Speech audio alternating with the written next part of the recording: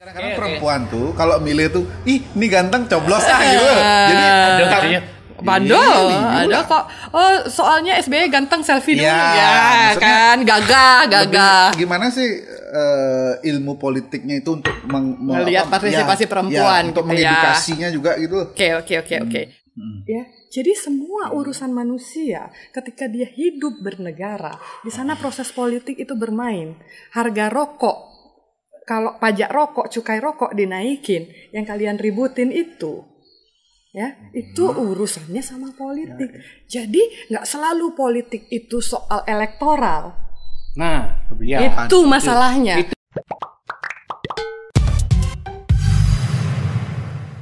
Ada 3 burden ya yang kenapa perempuan dalam secara politik teori. Selalu dibilang ada double burden karena mereka memang secara stigma awal memang apalagi di daerah dengan budaya yang patriarki ya. Itu distigmatisasi untuk mengurusi hal-hal privat. Karena kalau ada dua pembagian ruang privat dan ruang publik, laki-laki biasa di ruang publik, kemudian perempuan di ruang privat, sehingga tanggung jawab perempuan itu di ruang privat, tanggung jawab laki-laki di ruang publik. Nah, politik ini ruang apa? Publik. Ruang publik. Oke, ketika politik ini menjadi ruang publik, syaratnya perempuan boleh turun ke politik asalkan di ruang privatnya dia beres dong. Ya, berarti kan bebannya ngeberesin privat dulu baru ke publik. Oke. Kalau laki-laki dia punya nggak ruang-ruang privat ini? Mungkin punya, tapi tidak sebanyak perempuan. Inilah yang dianggap titik start yang tidak sama.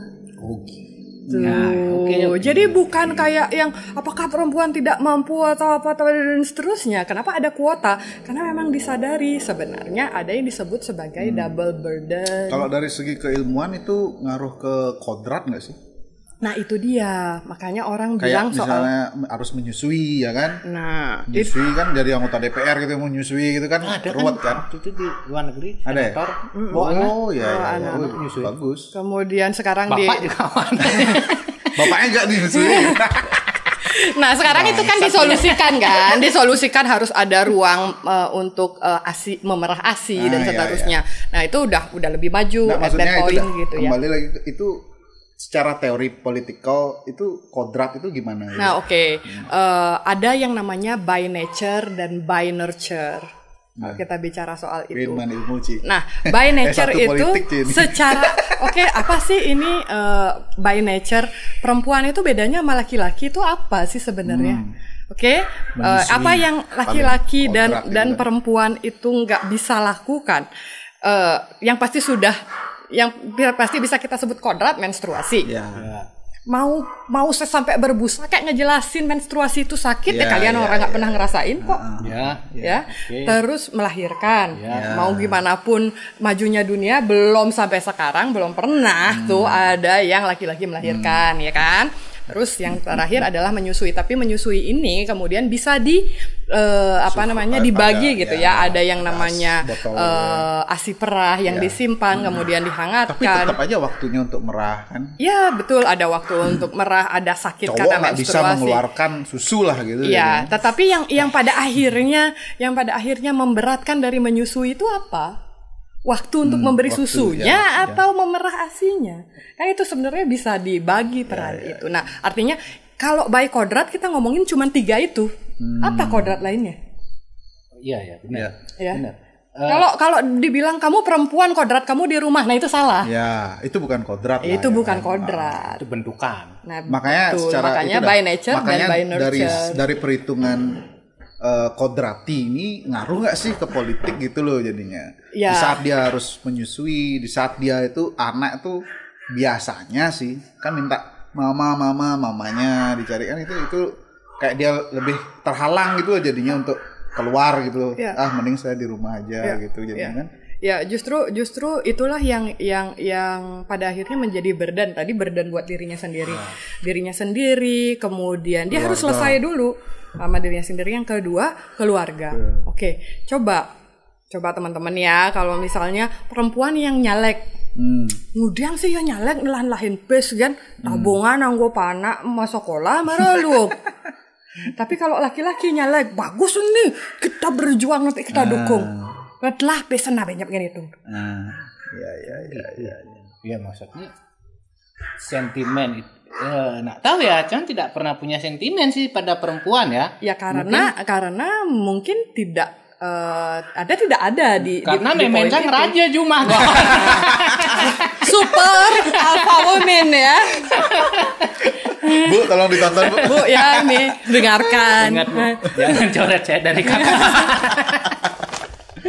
Gitu.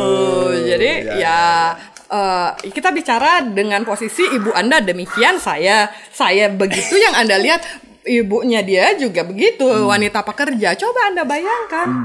Kalau yang tidak gitu loh, kan kita menjadi tidak adil lagi, subjektif ketika kita menilai hanya dari lingkungan kita aja dong, gitu ya. Lingkungan sudah membuat seperti itu.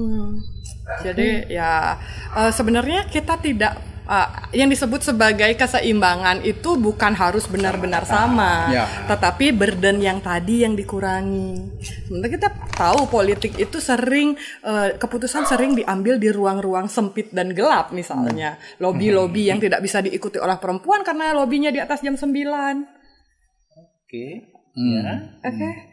Ya saya harus pulang karena anak saya nangis. Ya udah, saya nggak ikut dalam proses pengambilan keputusan itu. Kemudian saya pulang jam 9, tetangga saya udah mulai ngegosipin saya. Apa aja jemaah gaya ya ton jamone mulai panakne ngeling tunis yang tawang aja ya. Bu jadi caneh. Tapi kan nggak boleh ngomong kayak gitu kalau once Anda politisi gitu loh. Ketika Anda menjadi perempuan yang berkarir, banyak banget hal yang harus Anda lakukan untuk melawan stigma itu gitu. Either Anda percaya diri sekali, cuek sekali, dan confident sama ability Anda gitu. Itu bicara perempuan ikut serta dalam politisi, lebih ke dianya sebagai praktisi gitu. Sekarang punya nggak data berapa sih perempuan di Bali yang ikut milih lah gitu? Ikut partisipasi dalam politik. Kadang-kadang kan perempuan kan mau milih bomu gitu. Nggak ada yang milih skincare daripada nyentuhnya jalan dapat di asing tawang bejak kan mata banyak kurang. Kadang-kadang gini juga skincare kan. Kadang-kadang wanita tuh juga masuk aja. Oh iya. Ada Gojek. Oh iya. Iklan Gojek. Bisa skincare lah.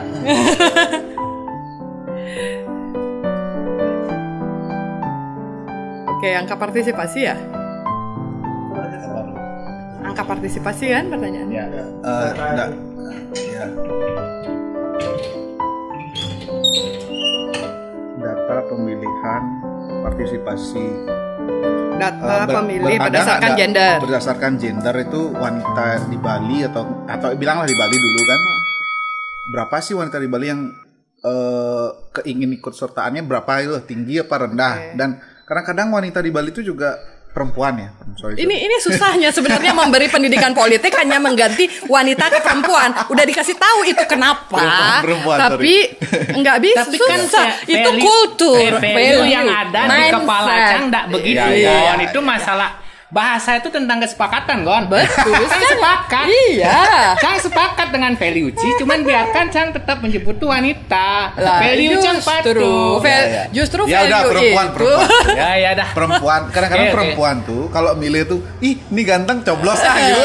Jadi bandel, ada kok. Oh, soalnya SBY ganteng selfie dulu ya kan, gagah. Gimana sih ilmu politiknya itu untuk melihat partisipasi perempuan untuk gitu mengedukasinya juga gitu. Oke. Saya harus menarik semuanya ke teori dasar banget dari partisipasi.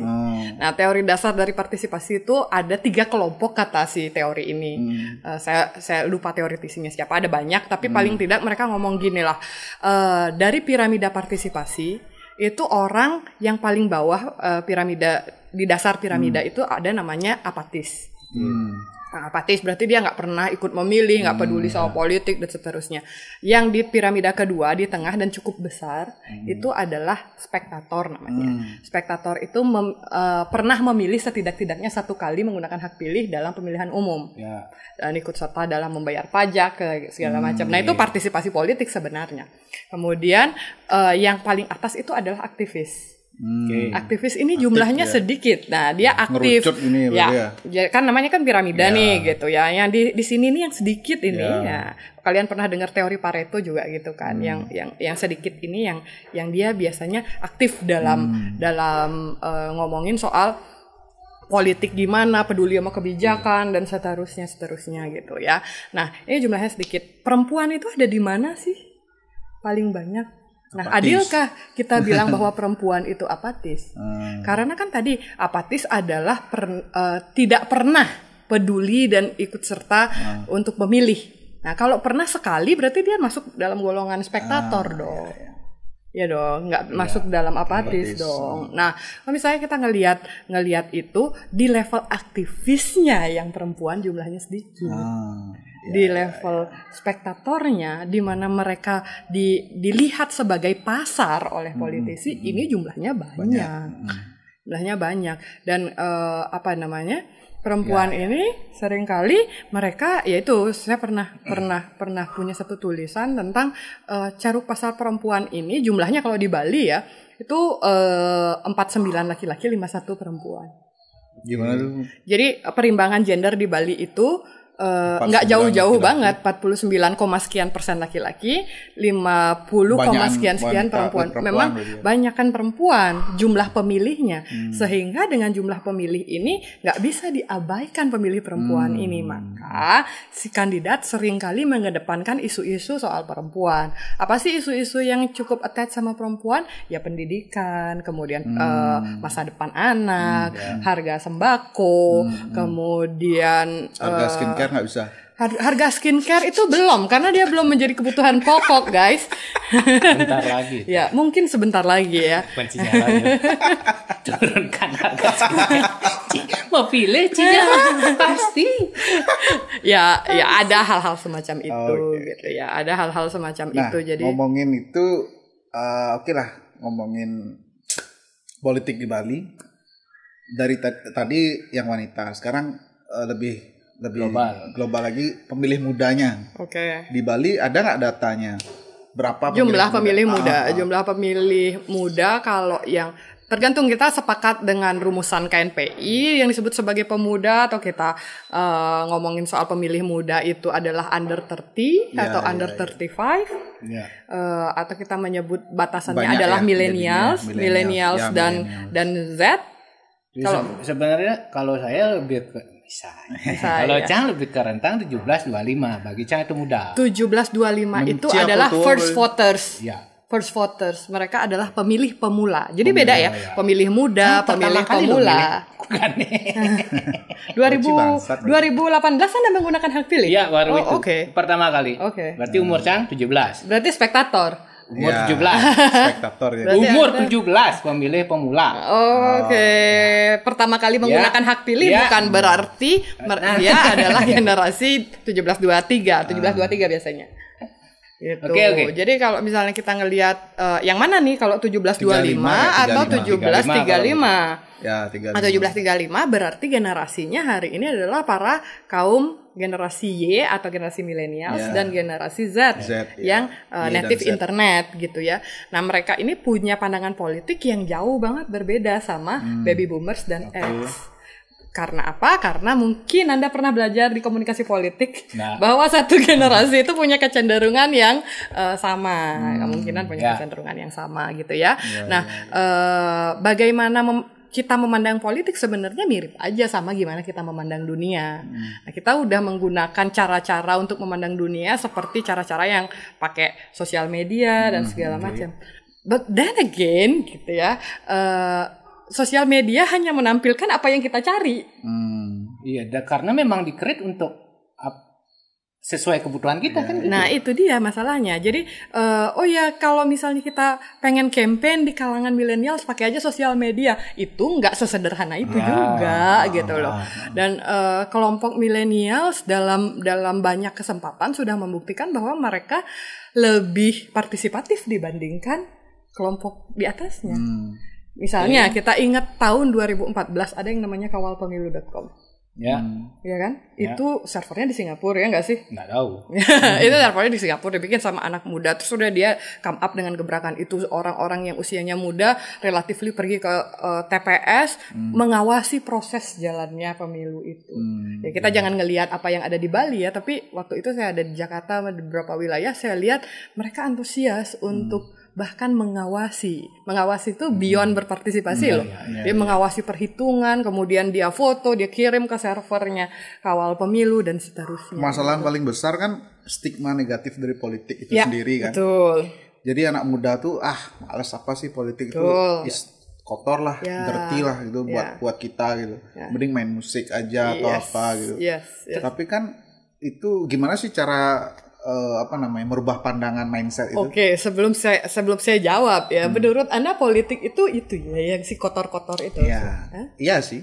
Kadang-kadang kan kita ngelihat di media-media tuh masih politiknya masih kadang-kadang hukum bisa dimainkan di politiknya kan gitu.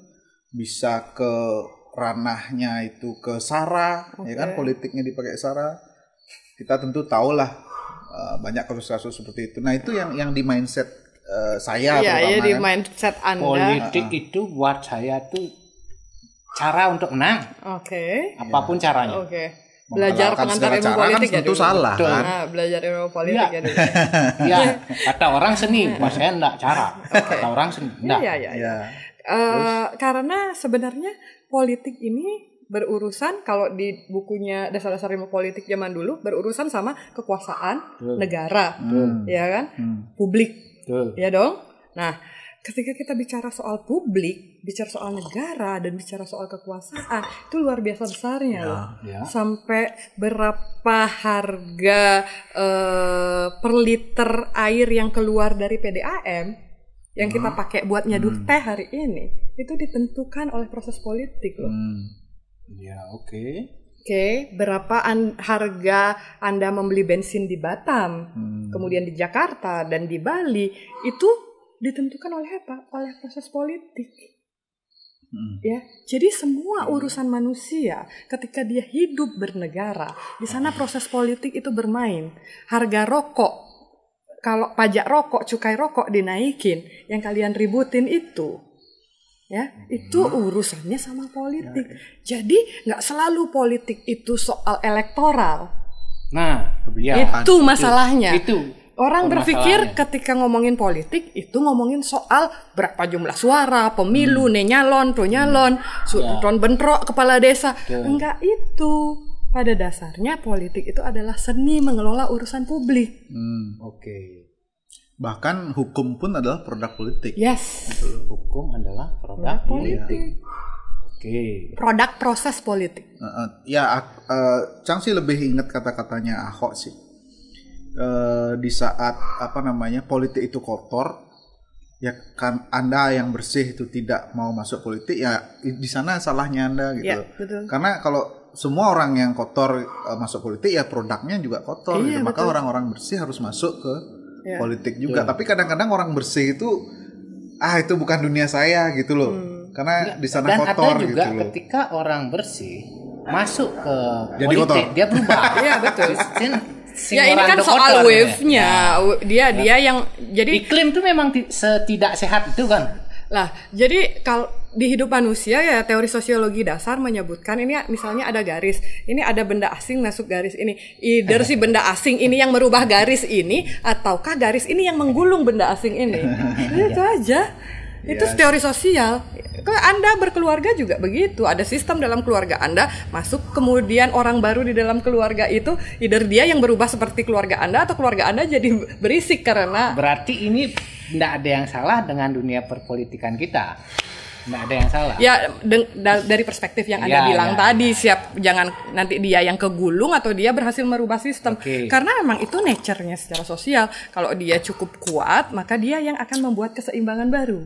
Yes. Kalau tidak, ya dia digulung sama keseimbangan lamanya. Tapi berarti kita akan berkutat dengan iklim yang seperti ini terus itu kan? Kecuali ada tadi yang saya bilang ada individu yang bisa membawa perubahan yang dibilang sama Jojo tadi, bahwa si perubahan ini memang harus kok dibawa sama orang yang bersih dan cukup punya prinsip sehingga ini jadi geser keseimbangan lamanya. Oke, sip.